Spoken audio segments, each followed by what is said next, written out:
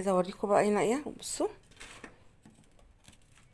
بصوا ناعمه ازاي ومقرمشه كده وحلوه قوي. بصوا ناعمه كده وحلوه. البرازق اللي نص كيلو دي اللي انا عملته طلع لي الصاجين دول. هفضيه معاكم دلوقتي في العلبه دي. تعالوا بقى نفضيه وبعدين اوريكم بقى ايه الشغل كله بتاع العيد اللي انا عملته. وده هنا ناخده، ده البرد نحطه هنا. بكت العيون على وداعك حرقة، كيف القلوب إذا رحلت ستفعل؟ فعساك ربي قد قبلت صيامنا، وعساك كل قيامنا تتقبل. الرحيم. ودلوقتي بقى هعمل لكم نوع تاني من انواع البسكوت، اسمه بسكوت البرازق اللي هو بسكوت بالسمسم. هقول لكم بقى طريقته، هو جميل كده ويبقى ناعم وحلو قوي، بيعجبني بصراحه يعني. فهنعمل برده بمقادير نص كيلو دقيق. جبت نص كيلو دقيق مخصوص برده للكحك والبسكويت وكده، وكوبايه سكر بودر، وهنا السمنه بقى. عندي كوبايه سمنه على نص كوبايه زبده، يعني انا خلطتهم مع بعض. ممكن تبقى تستغني عن الزبده بزيت، بس انا هنا قلت بفضل يعني كوبايه سمنه ونص كوبايه زبده، يبقى نص كيلو دي عليه كوبايه ونص. انت ممكن تخلطيهم سمنه وزيت او سمنه وزبده. دول كوبايه ونص. كوبايه سكر، والسمسم ده بقى في الاخر كده هنزين بيه. وعندي معلقه صغيره محلب 10 جرام كده، حوالي 10 جرام. وعندي هنا بيضتين درجه حراره المطبخ. كل الحاجات دي كلها بدرجه حراره المطبخ، يبقى بارده مش بالتلاجة. وعندي فانيليا عشان خاطر البيض. وعندي هنا بيكنج باودر برده هناخد 5 جرام كده، معلقه ممسوحه. تعالوا بقى نشتغل. انا هحط هنا بقى معلقه البيكنج باودر اللي هي 5 جرام على الدقيق عشان ما انساهاش. وهحط رشه الملح اهي. يبقى انا كده هنا خلطت على الدقيق رشه الملح. دي الطريقه بقى، خلاص احنا عرفنا المقادير. هنحط السمسم ده على جنب لان السمسم ده في الاخر. يبقى انا الدقيق حطيت عليه رشه الملح ومعلقه البيكنج باودر، وهحط عليه المحلب اهو.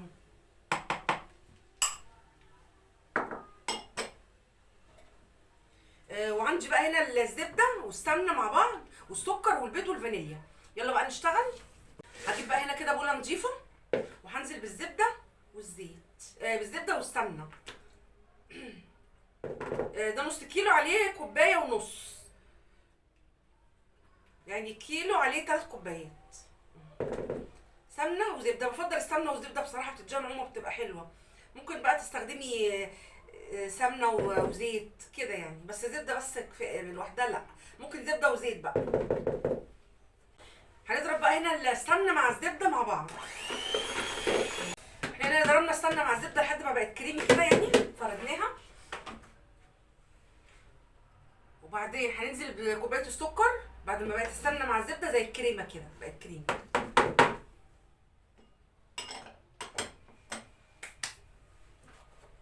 هنضرب بقى السكر كده معاهم.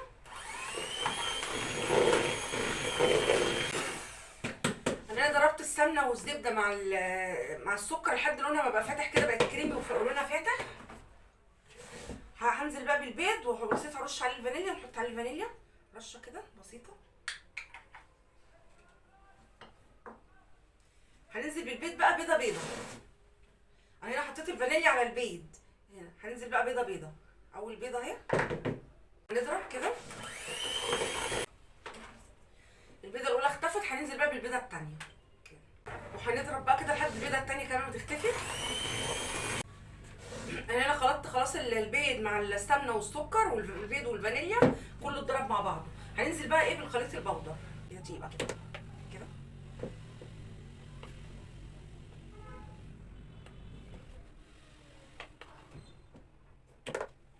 نقلب بقى، تيجي نقلب كده.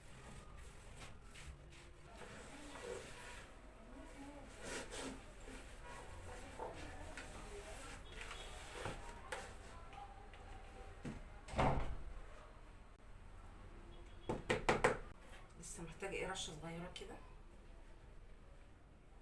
عشان اشكل. فاضل ايه بقى؟ فاضل السمسم. تعالوا بقى عشان نشكل. هنا هاخد قطعه عجينه كده صغيره زي دي كده كده كده اهي. هجيب انا طبق السمسم واغمزها كده.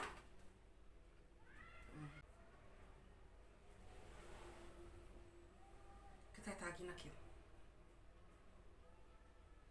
واروح ايه عاملاها كده. ازاي؟ بصوا بصوا، عايزه اوريكم. بصوا هكمل بقى كده كله بالشكل ده.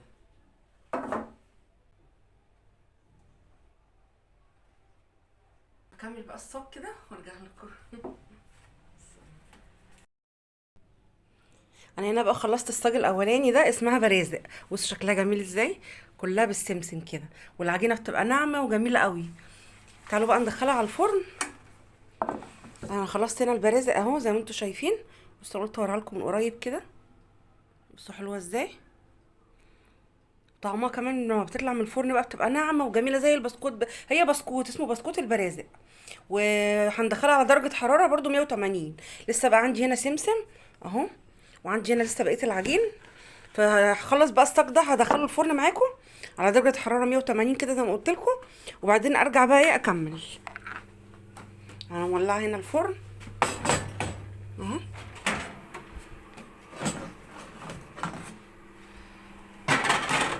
هندخلها بقى كده ايه ونسيبها تستوي لحد ما اعمل الصاج التاني، ولما يطلع كله بقى انا هنا خلصت الصاج التاني خلاص. واتبقى شويه سمسم كده مش مشكله، والعجينه خلاص خلصت. تعالوا بقى ندخل ده الفرن، والتاني خلاص طلع. بص انا عايزه اوريكم التاني لما طلع. طبعا انا صغرته شويه عشان كان كبير، بس بصوا سواه بقى حلو ازاي. بصوا الجمال، بصوا السوا بتاعه لما يبرد بقى كده كمان. بصوا يبرد بقى كده وانا هكسر لكم واحده تشوفوها. بصوا شكله حلو ازاي بعد ما يستوي. انا هنا بقى خلصت البرازق بتاعتي. بصوا زي ما انتم شايفين كده. عايزه اوريكم بقى هنا ايه. بصوا بصوا ناعمه ازاي ومقرمشه كده وحلوه قوي. بصوا ناعمه كده وحلوه. هنا بقى اللي هوريكم الشغل اللي انا عملته. كل حاجه العيد بقى، كل سنه وانتم طيبين. انا هنا دي البرازق النص كيلو دي اللي انا عملته، طلع لي الصاجين دول. هفضيه معاكم دلوقتي في العلبه دي. تعالوا بقى نفضيه وبعدين اوريكم بقى ايه الشغل كله بتاع العيد اللي انا عملته. وده هنا ناخده ده البرد نحطه هنا كده. هو كل ما بيقعد بقى طبعا بينعم اكتر يعني. عايزه اقول لكم هو ناعم قوي، ناعم جدا، بس طعمه تحفه. جربوه. بصوا كده. انا كل حاجه العيد حطاها في علب كده. هوريكم دلوقتي كل الحاجات اللي انا عملتها. بصوا يا رب بقى البرازق دي تكون عجبتكم. هي ناعمه خالص كده زي الغريبه، بس انا بحبها محمصه كده مش بيضه، بحبها بتبقى مقرمشه.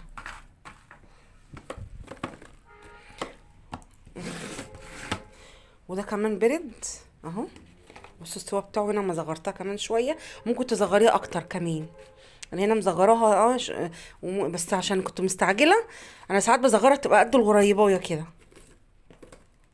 هتعجبكم قوي البرازق دي بصراحه، يعني اكتر حاجه بتعجبني في البسكوتات كلها هي البرازق اهو.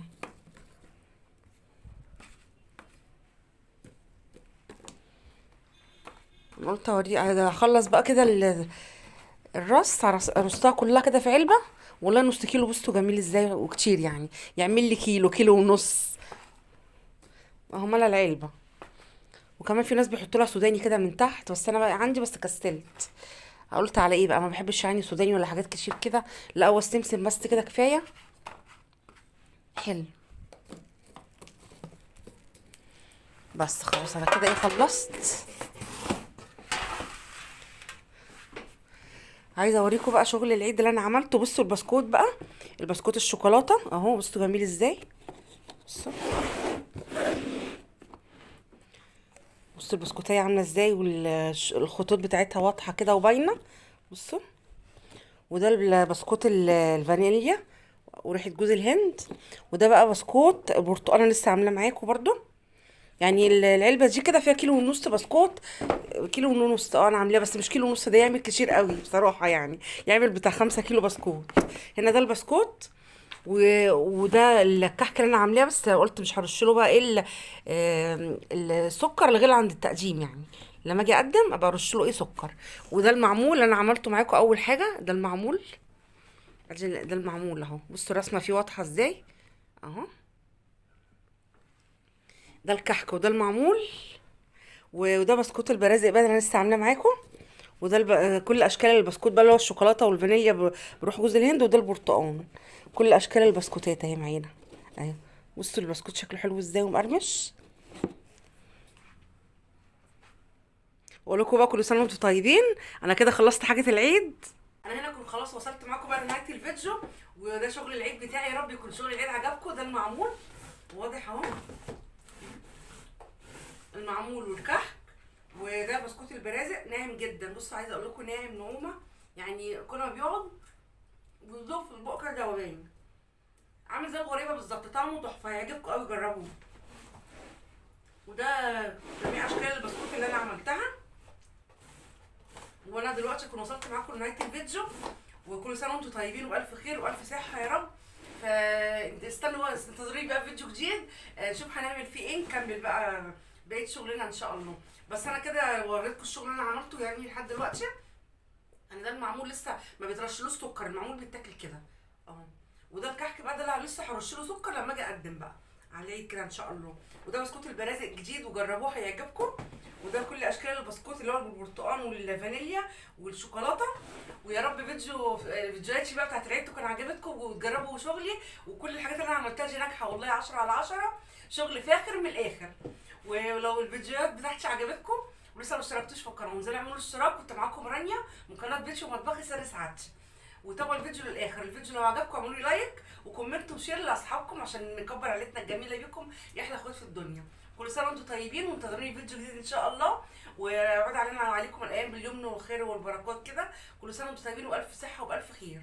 والسلام عليكم ورحمه الله وبركاته. باي باي، مع السلامه.